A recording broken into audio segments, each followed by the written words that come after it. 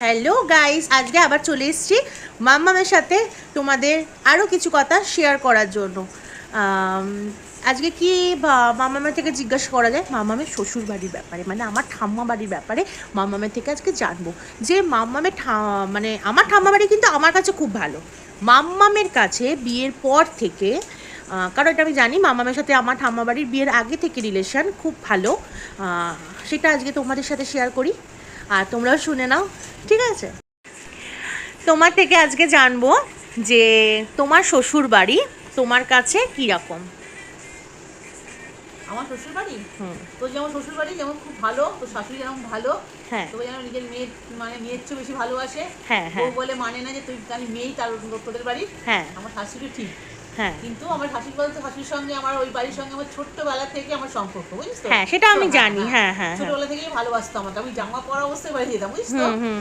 যেতাম, আম্মা আমাকে নিয়ে নিয়ে ঘুরতে যেত, এমনকি আমার বাপের বাড়িতেও আমাকে নিয়ে গেছিল। আম্মা মানে মায়ের শাশুড়ি, মানে আমার হ্যাঁ, ঠাম্মা, হ্যাঁ, হ্যাঁ, হ্যাঁ, হ্যাঁ, হ্যাঁ, হ্যাঁ, নিয়ে যেত আম্মা আমাকে এদিকে যেখানে যেত আমাকে নিয়ে নিয়ে যেত, জানিস তো? হ্যাঁ, হ্যাঁ, কিন্তু তোর দিদা কিন্তু রাগ করতো আমি যেতাম বলে, বুঝিস তো? হ্যাঁ, হ্যাঁ, দিদা হ্যাঁ, পছন্দ করতো না এইসব, না? হ্যাঁ, হ্যাঁ, হ্যাঁ, নিয়ে নিয়ে সব জায়গায় যেত, ঘুরতো। আনন্দ পুজোতে জামা দিত আমাকে, শাড়ি দিয়ে রাখতে শাড়ি দিত, জামা দিত। তারপর বিয়েতে চুড়িদার করতাম, চুড়িদার দিত।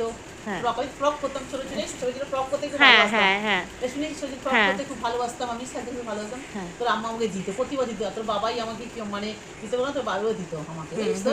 হ্যাঁ, তোর দিত এ করতো। এরপরে আমরা শুনবো কিন্তু এর পরের একটা ভিডিওতে যে তোমার প্রেমের গল্প। আগে তোমার শ্বশুরবাড়ির ব্যাপারে শুনিনি, তোমার শ্বশুরবাড়ি কেমন, তারপর তোমার প্রেমের গল্প শুনবো।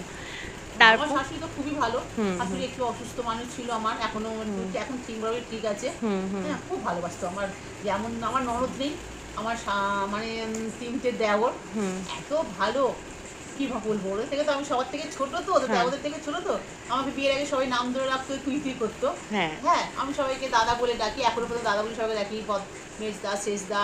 আর ছোটটাকে কি সম্রাট, ছোটটা আমার থেকে 1 বছরের বড় হলেও কি হবে, আমি তো ওকে ভাই বলে ডাকি, দাদা বলি না। হ্যাঁ, ওই ছোট দেওরকে আমি বিয়ের আগে থেকে ভাইফোঁটা দিয়ে এসেছি, এখনো ভাইফোঁটা রাখি, পড়াই। হ্যাঁ, হ্যাঁ, আর আর কি বলতো, দাদু ভাই, মানে আমার শ্বশুর দাদু ভাই তো খুব ভালো ছিল, খুব ভালোবাসতো। বড় মা ছাড়া কথা বলতো না। বড় মা, এখনো বড় মা ছাড়া নাম ধরে কোনদিন ডাকিনি, কেন মিথ্যাটা বলবো, বড় মা বলে এখনো ডাকে।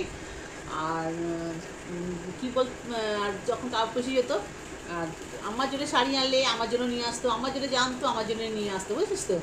আর খাবার মানে 4টের সময় যখন অফিস থেকে আসতো, যখন খাবার নিয়ে বাসিনিয়ারা কিনে যা কিছু আনতো, এসে আমার হাতে আগে দিত, বুঝছিস তো? মানে খুব ভালোবাসতো আমাকে।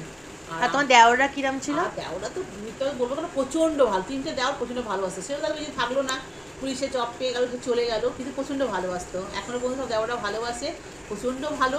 মিথ্যা কথা বলবো না। আর তুমি যে বলতে তোমার কাছে সব আবদার করতো, সব আবদার। মা বলে আমি যাওয়ার পর কেউ মাকে আর চিনতো না, সব আমি। রান্না বান্না সব কিছু আমি করতাম। অনেক ছোটো বয়স থেকে আমি রান্নার দিকে গেছি, রান্না করেছি, খেতে দিতাম। হ্যাঁ, এই এত এত লুচি করতাম, এত এত নতুন নতুন খাবারের জল খাবার করতাম, সবাইকে খেতে দিতাম।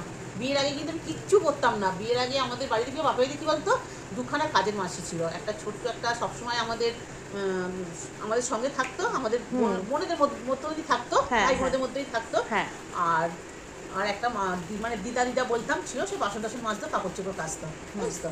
যাই হোক, এই বাড়িতে এসে সবই করতে হতো। এই বাড়িতে আজও পর্যন্ত কাজের মেয়ে নেই। কেন বলতো, আমার শ্বশুর পছন্দ করে না বাইরের লোক এসে কাজ করবে, ওই রান্না করবে, কাজ করবে, এরপরে এসব পছন্দ করে না, সব নিজের হাতে। কিন্তু শ্বশুর তো অর্ধেক কাজই আমাদের করে দিত, ওই আমাদের করবো কি, আমার শ্বশুরই অর্ধেক কাজ করে দিত সব আমাদের। এই আর কি, আর কি জিনিস বল। আর তাহলে তোমার যা, মানে আমার কাকিমাদের কথা। আমার যা তো পুরো বোনের মতন, কেন আমি তোকে বলবো, খুব ভালো। মানে যখন থেকে এসে তখন আমার দিদিভাই ছাড়া কিছু চেনে না, আজও পর্যন্ত দিদি দিদি বলে একদম নিজের দিদির মতো। আর আমার বিয়ের 6 বছর পর আমার ছোটো যা এলো, ও ছোটো যাও আছে, ছোটো যাওকে বিয়ে আমি দিয়ে আমরাই মানে আমি দিয়েছি বিয়ে, সেই গল্প একসময় করবো, খুব হ্যাঁ, মজার হ্যাঁ, গল্প হ্যাঁ, করবো। হ্যাঁ, এত ভালো আমার যা, কি বলবো, মানে নিজের দিদির চেয়েও বেশি ভালোবাসতো। মানে আমরা 2 বোনের মতন একসঙ্গে রান্না করা, একসঙ্গে খাওয়া, একসঙ্গে গল্প করা, একসঙ্গে জল খাবার খাওয়া। যতক্ষণ না আমি জল খাবার খেতে বসবো ও খেতো না। মানে সব কিছু একসঙ্গে, আমরা সবাই খেতে দেওয়ার পর আমরা দুজন বসে খেতাম। মানে আজও পর্যন্ত, মানে এখনও আমরা দুজন মানে আমার বোনের মতন আমরা এখনও পর্যন্ত আছি। আর ও কী বলতো, একটা ভালো স্বভাব কিছু না। আমার শাশুড়ি যখন শাড়ি কিনে আনে, এইটা আমি আজও পর্যন্ত সবাইকে বলি, শাশুড়ি পেলেই তো কোনটা পছন্দ তোরা ভাগ করে নিন। আমার যা কী করতে বলতো, আমাকে বলতো, ভাই তুমি কোনটা নেবে নাও, তারপর আমি নেবো। আমি আগে পছন্দ করে নিতাম, তারপরে ও নিত। এতটাই ও ভালো। তারপর তুই হলি, আর মঙ্কা হলো। আর লঙ্কাটা হ্যাঁ, কে সেটা বলো। মঙ্কা হলো আমার এই ছোট দেওরের মেয়ে। ও আরেকটা কথা বলে, সিরিয় দেওর, তার বউ আছে, তার বউ চাকরি করে, তো সে বাইরে, দুজনেই বাইরে থাকে। আর সেও পিডব্লিউ অফিসার, আর দেওর তো পুলিশে জব করে, পশু পোস্টে আছে। ওরা মাঝে মধ্যে আসে আর এই যোগাযোগ করে, আসতে পারে না সব সময়। তারও একটা মেয়ে, আমাদের বংশে সবার তিনজনে তিনটে মেয়ে, কোনো ছেলে নেই। কিন্তু খুব, তার জন্য আমাদের কোনো লাগে না, আমাদের মেয়েগুলো খুব ভালো। আমার শ্বশুর শাশুড়ি বলে না, আমার শ্বশুরবাড়ির প্রত্যেকটা মানুষ মানে বড় থেকে ছোট্ট অবধি কারোর কোনো তুলনা হয় না, মানে অতি ভালো। মানে এরকম ভালো মানুষ হয়তো আমি ছোটো থেকে খুব কমই দেখেছি। প্রত্যেকে আমাকে যেমন ভালোবাসে আর আমি সবাইকে প্রচুর প্রচুর ভালোবাসি। সবাই ভালো থেকো, সুস্থ থেকো। সুস্থ থাকাটা এখন খুব দরকার, তাই না বলো? এখন সুস্থ থাকাটা প্রত্যেকের খুব দরকার। সবাই খুব ভালো থেকো। আর আমাদের ভিডিওটা যদি ভালো লেগে থাকে অবশ্যই লাইক করো, শেয়ার করো, আর কমেন্ট করে জানিও তোমরা কী বিষয় আমার থেকে ভিডিও পেতে চাও। এরকম অনেক ভিডিও নিয়ে তোমাদের সামনে আবার আসবো। কেমন? টাটা।